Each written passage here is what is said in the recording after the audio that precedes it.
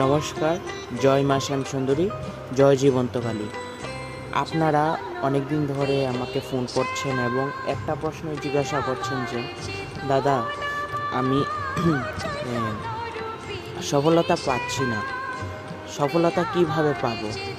এরপরে আমি ওনাকে বললাম, আপনি কি মায়ের নাম জপ করেন? না, আমি তো জপ করি না। আমি বললাম, মাকে প্রতিদিন পুজো দেন? না, পুজো দেই না।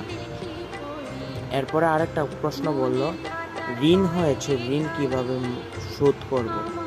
আমি প্রথমে ওনাকে বললাম, আপনি নাম জপ যে করেন না, আপনি আমাকে বলছেন সফলতা কিভাবে পাবো?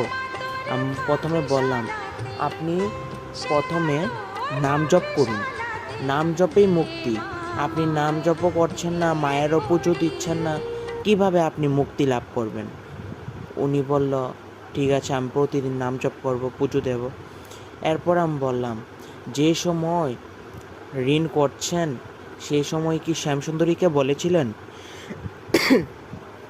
এটা একটু কটু লাগতে পারে কথাটা, শ্যামসুন্দরীকে বলেছিলেন? উনি বলল, না, আমি তো শ্যামসুন্দরী মাকে বলিনি। সেই সময় কি আমাকে বলেছিলেন? না, আপনাকেও বলিনি।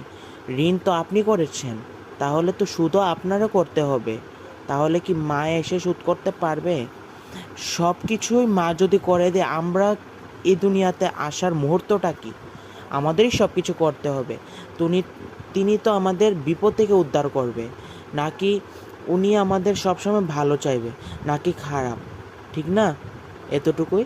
সবাই ভালো থাকুন, সুস্থ থাকুন। জয় মা শ্যামসুন্দরী।